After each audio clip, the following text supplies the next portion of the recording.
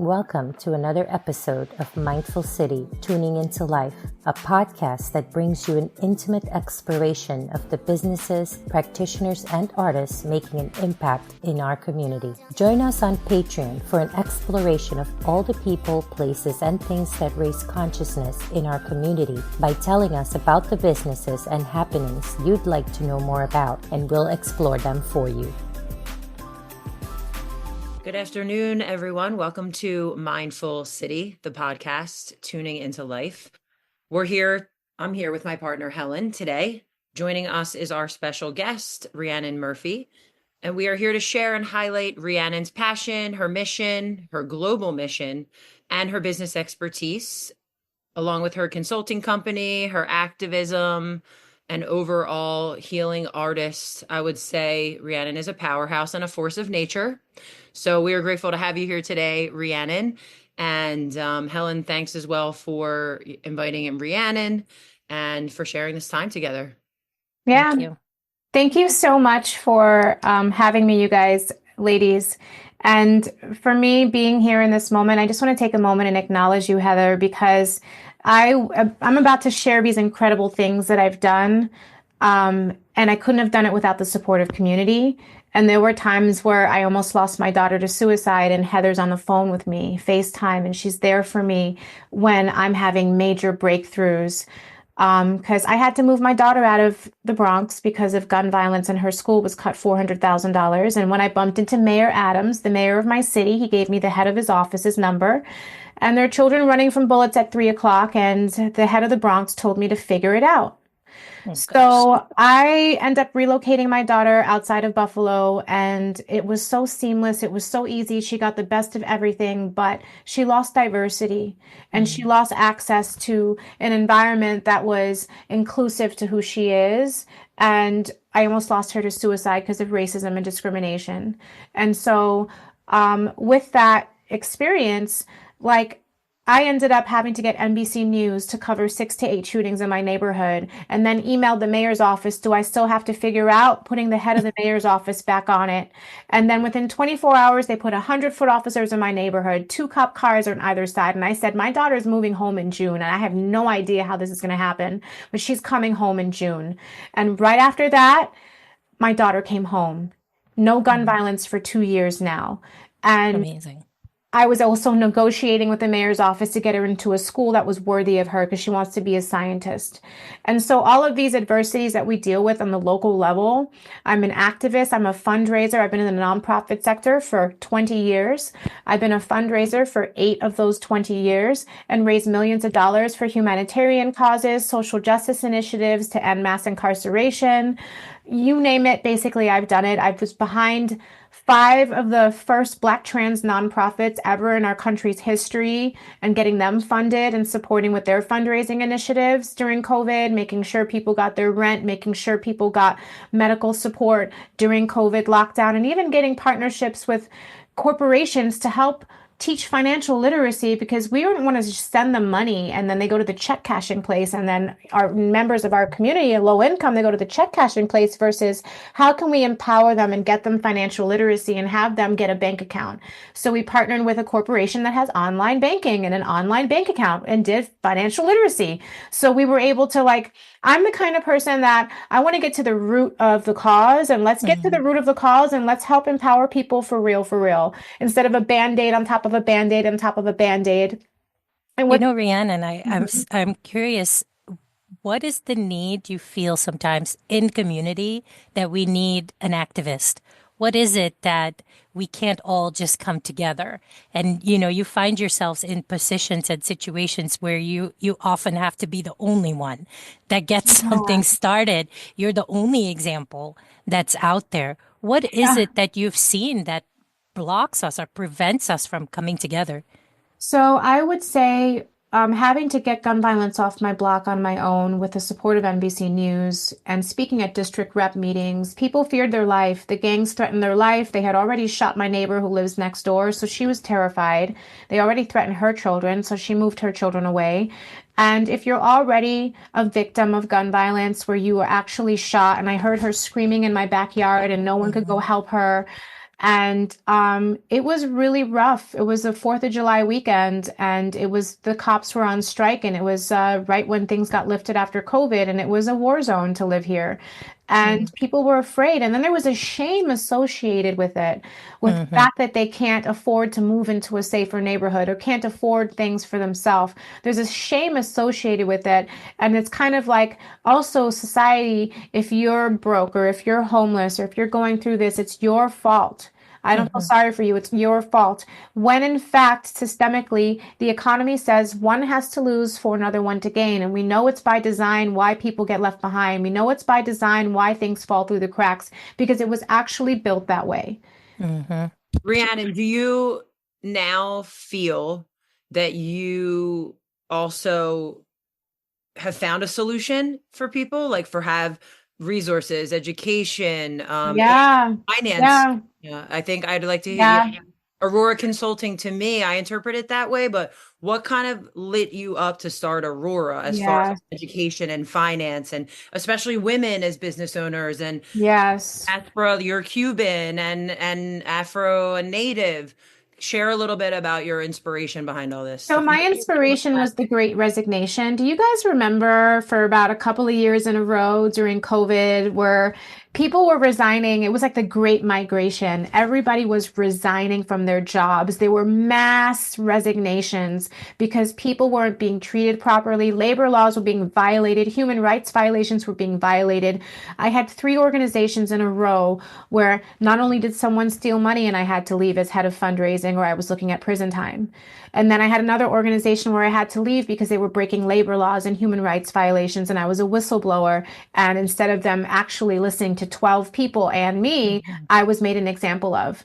And then in that moment, I said, my mission is to transform the definition of leadership in the nonprofit and corporate sector because it's obvious that people have a different understanding of what leadership is. And to me, leadership is doing what you say by when you say you're going to do it. And if you can't do it, you honor your agreement.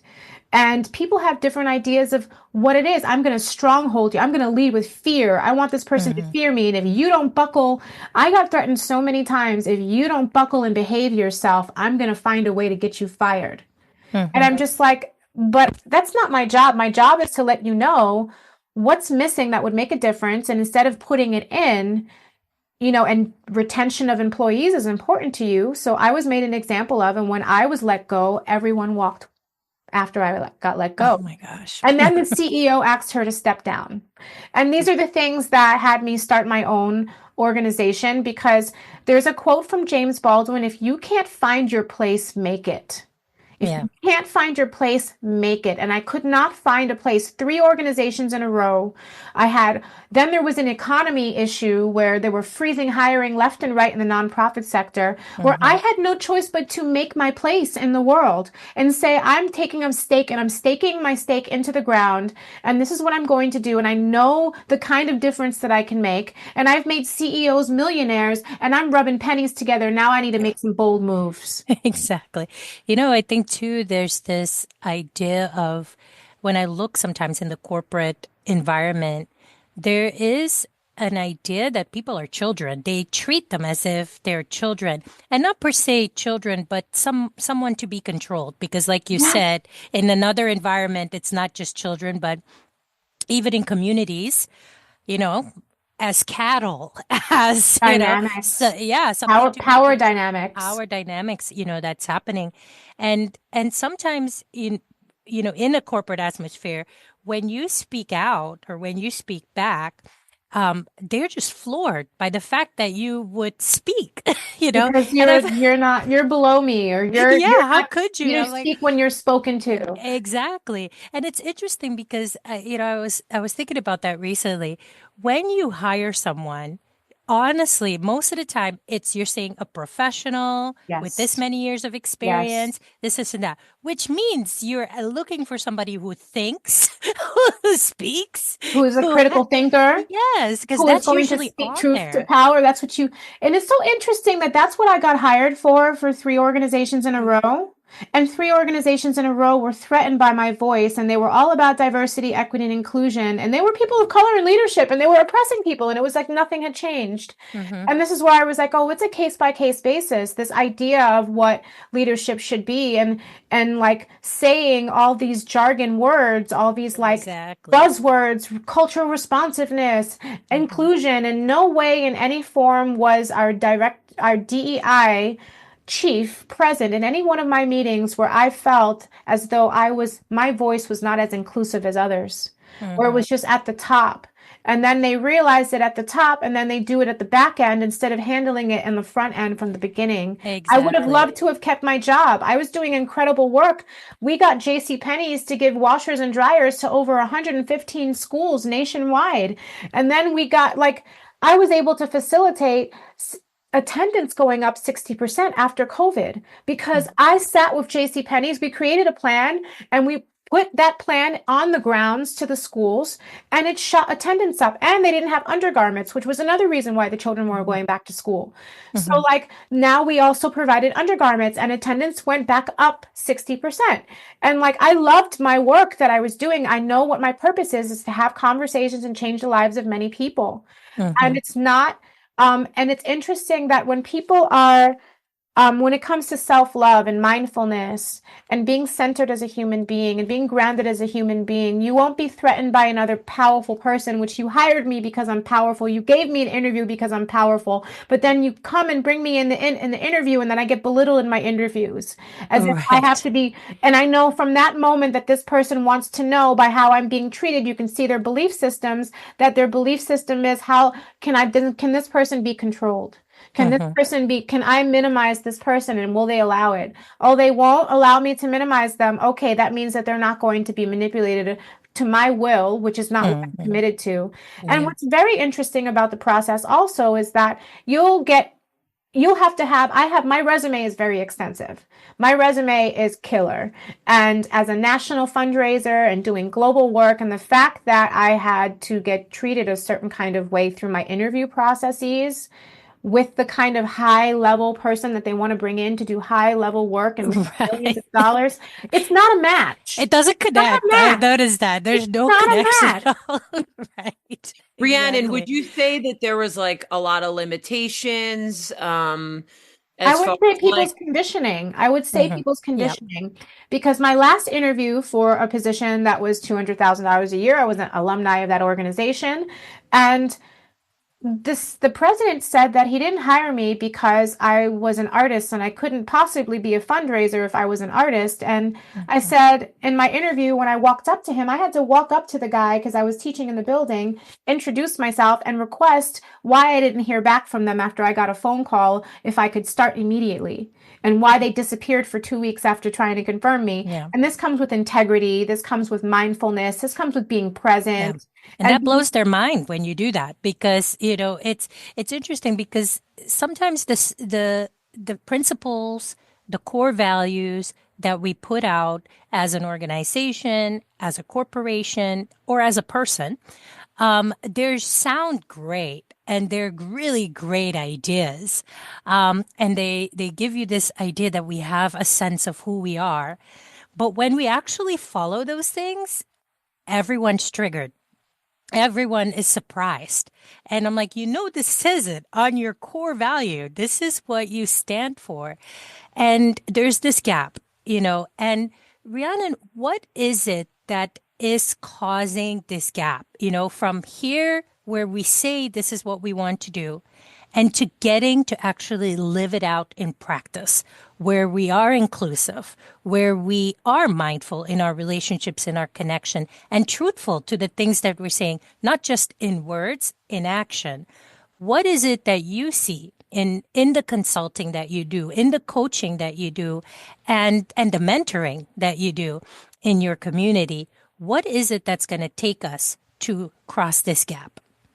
Yeah, so I've coached over 500 adults, and one of the main things that I noticed is that many adults don't know how to be in communication. Like follow up, return a call, text, say, hey, can't meet this week, let's meet next week. Hey, just basic communication dropout. And that communication is showing a sign of respect, as showing a sign of presence. Mhm. And that alone gives me the belief system of an organization based on how they communicate back to me, based on how I get treated, even through my interview process. Mhm. And I also will talk to being with people and deprogramming the programming to lead from an oppressive state instead of instead of a liberating state. And there's a Mhm. historical context. There's a great book called My Grandmother's Hands, and everybody's been reading it.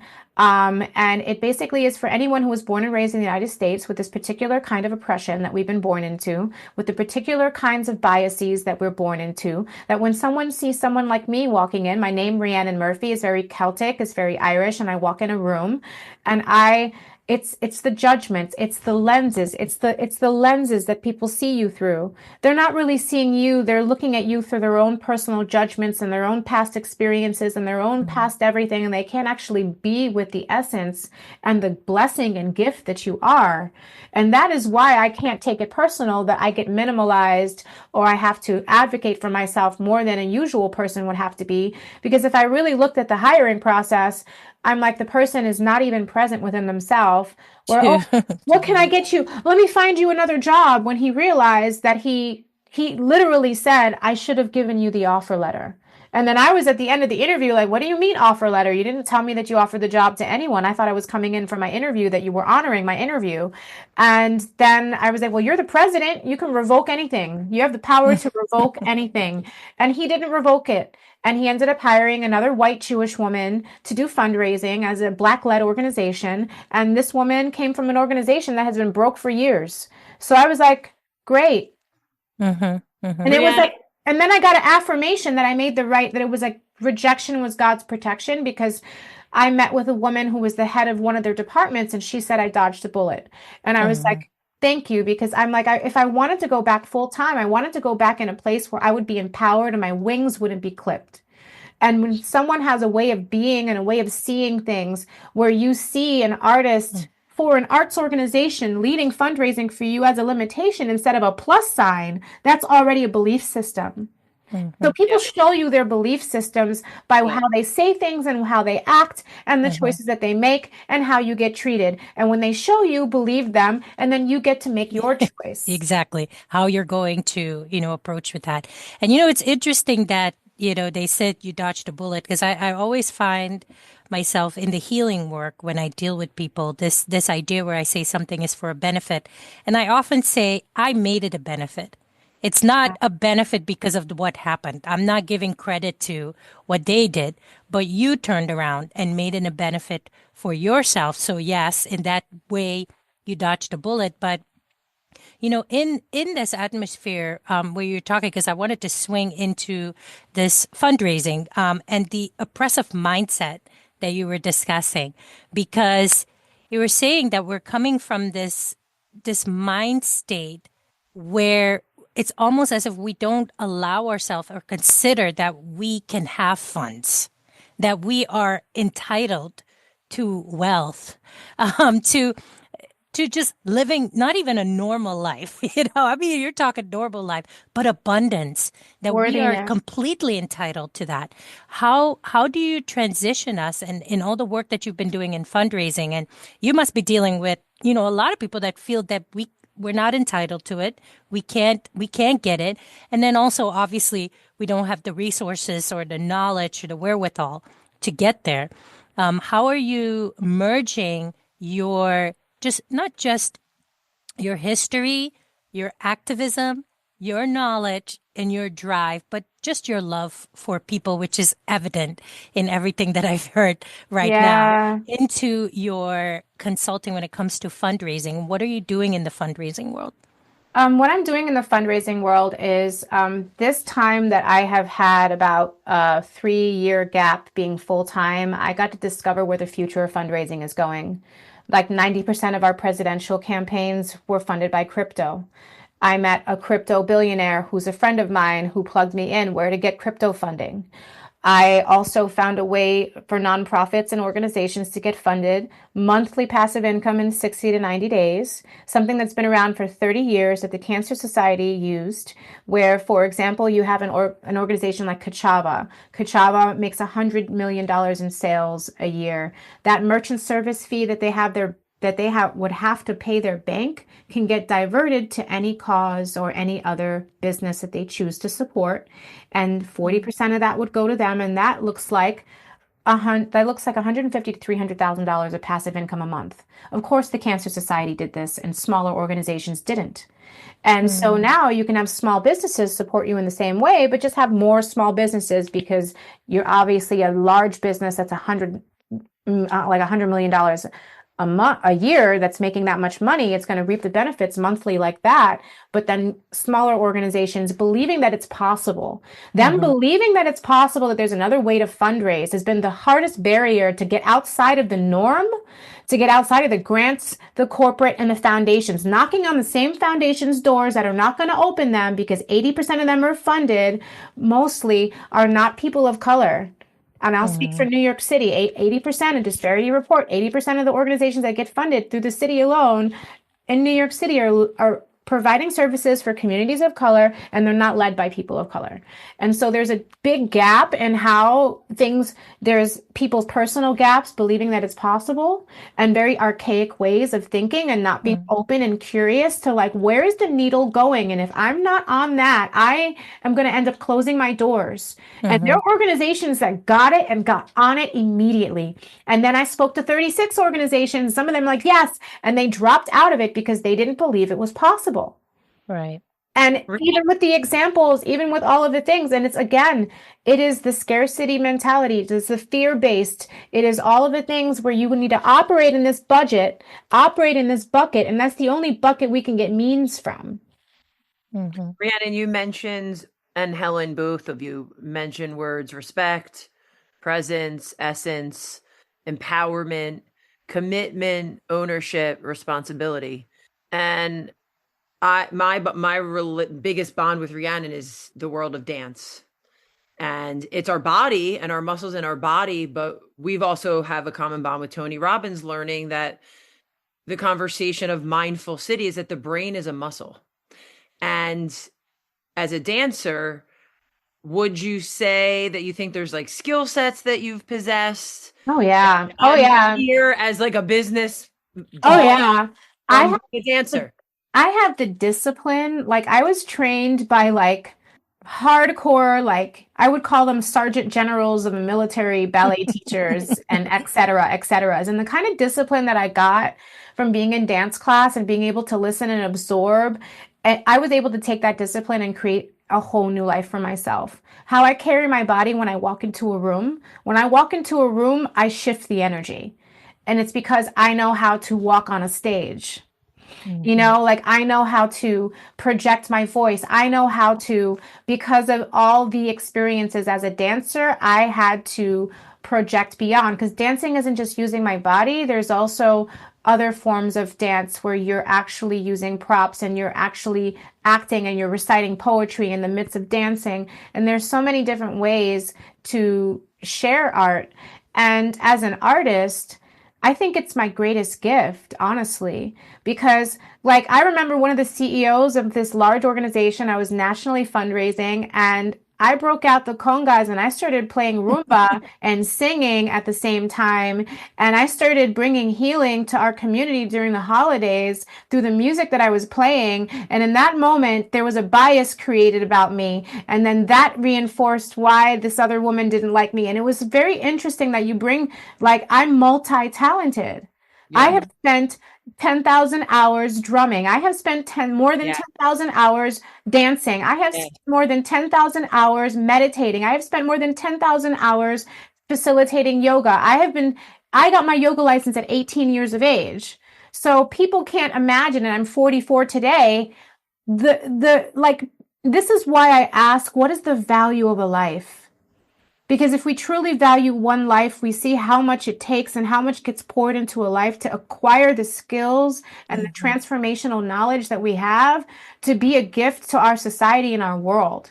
And like dance is also a gift to the world. And the fact that the mindfulness training, I got PTSD from the gun violence, and that was a blessing because then I got moved to the Center for Mind Body Medicine. James Gordon is a personal friend of mine.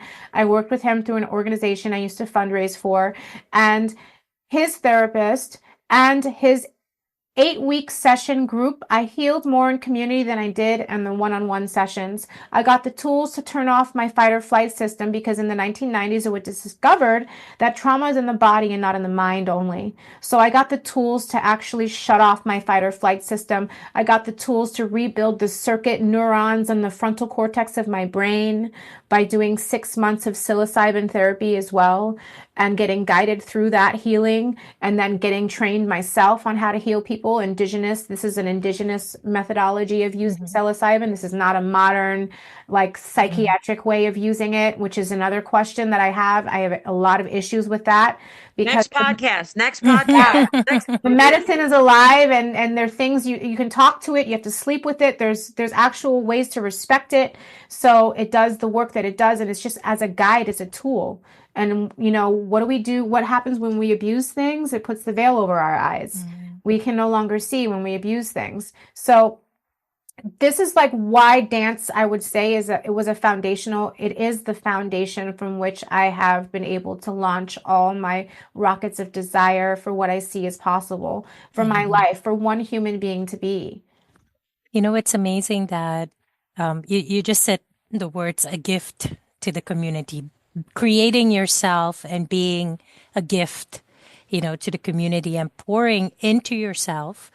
And you've really taken that step to pour into yourself first, and yet you pour so much into the community. And and just for the listeners, I'm meeting Rhiannon for the first time, but I've heard of Rhiannon through Heather so much, and I am just, now I see, now I see exactly why Heather wanted me to meet you, and I'm glad that the audience got to meet you through this podcast.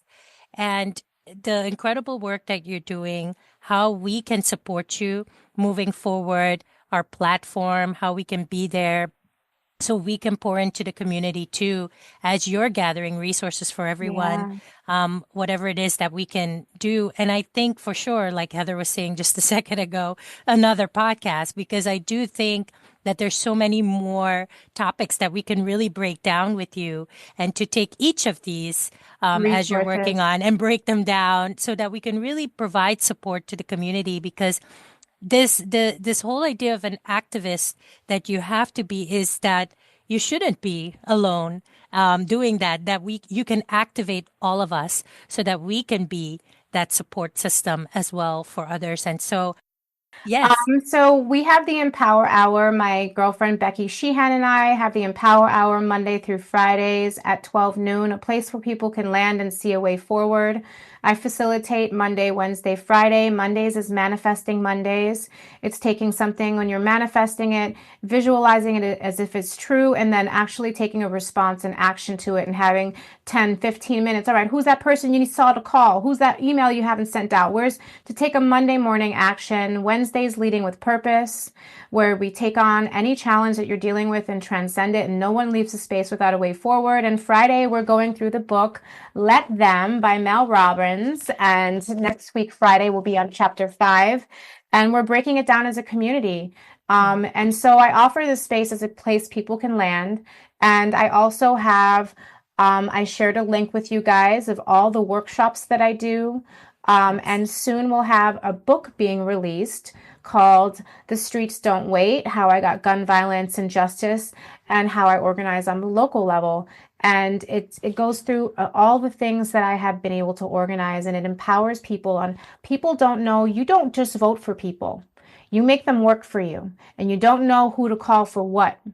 You can call your district rep's office if you're dealing with a housing issue. You can call your senator's office if you're dealing with a state issue. You can report a business to your attorney general of your state and get your money back. There's so many things that people don't know how to access and organize on the local level. And actually saying it is one thing, but I have a chart in my book that says who to call for what.